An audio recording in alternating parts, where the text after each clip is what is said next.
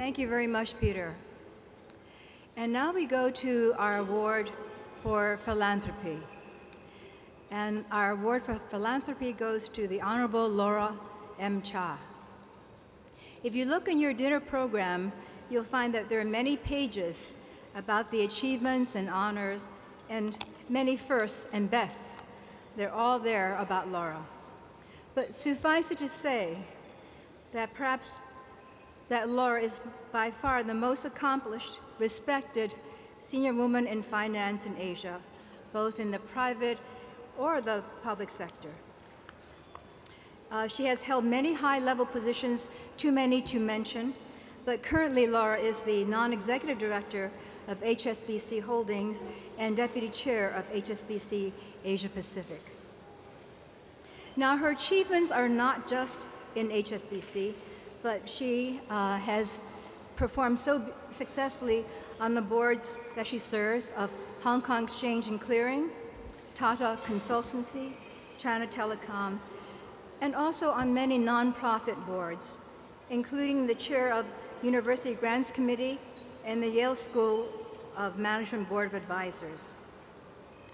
At the Yale School, Laura has very generously endowed annual scholarships for mainland students at Yale and also at the London School of Economics. And she has been rewarded twice the Gold Bahinian Star Award for Public Service. Now, Laura's public service and philanthropy is very impressive, but I believe that they're only an expression of the truly generous and responsible spirit that has made her a role model in both the US and China.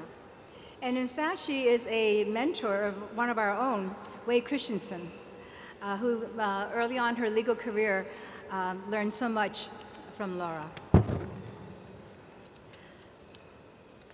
And tonight, for her strength of character, for this generosity of spirit, in addition to her many achievements, we are delighted to award Laura Cha the Committee 100's Excellence Award in Philanthropy. Laura?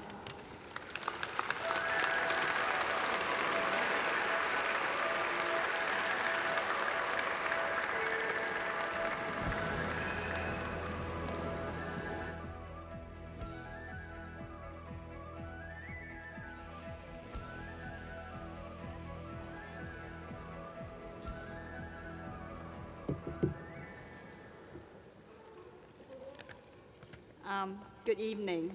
Thank you, Lulu, for your very kind and generous introduction. I am deeply honored by the award that the Committee of 100 is bestowing on me tonight. I'm overwhelmed not only by the recognition that is giving me, but also by this magnificent setting for this special occasion. I'm also humbled and privileged to share the stage with Hank Paulson, Liu He, Cai Guoqiang, and also Mr. Jim Rogers.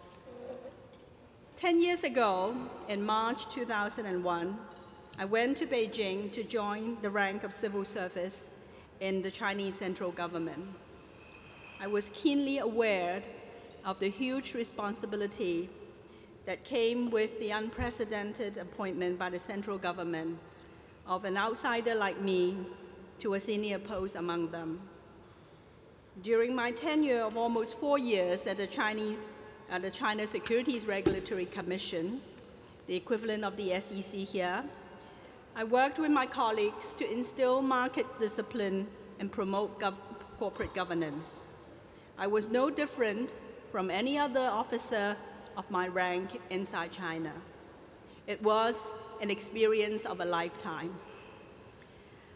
I feel extremely honored and privileged and fortunate to have been given this opportunity to participate in the development of China's financial markets in its early days.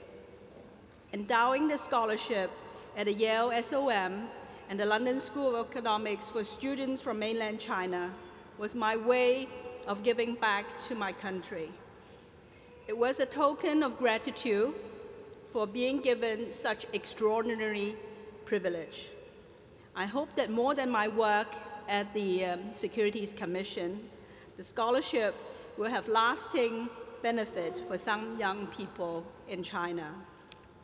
It is also my desire that some of the scholars would eventually return to work in China and within the Chinese government. China today is not short of overseas returnees, but most are working in the private sectors, as professionals, in businesses, as entrepreneurs. Whenever I share my experience with young people in China, I have made it a point to encourage them to consider working in the government as a possible career choice. It's not very popular, I must say. Today, when the private sector provides such attractive financial rewards, it is not easy for any young graduates to think of anything else. In fact, the idea of working in a bureaucracy with very little financial reward may be the farthest things from the mind of these young graduates. However, I often tell them that my 14 years of working in the public sector has given me a most rewarding and gratifying career. Being able to consider public interest, to help shape policy, to actually bring about changes which will have an impact on society, and in some way to make a real difference. These are very worthwhile career pursuits. As I tell young people, you need not be in the public sector for your entire career, but if you can give a few years of your efforts to working in the government, it would benefit both the society and your future career prospect. And speaking of the public and the private sector, we have none better example than Hank Paulson here tonight.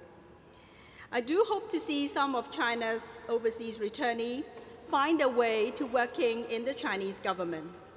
Indeed, the Chinese government currently has an initiative called the Plan of the 1,000, where 1,000 accomplished overseas scholars and professionals will be invited to work in both the academics and public sectors in China at market competitive remuneration. This plan demonstrates the government's recognition of the value of an overseas education as well as overseas work experience, as well as China's desire to attract talent to its ranks. If there was room for an outsider like me 10 years ago, there are certainly plenty of opportunities for the returnees today, and I do hope to see the Chinese government hiring some overseas returnees.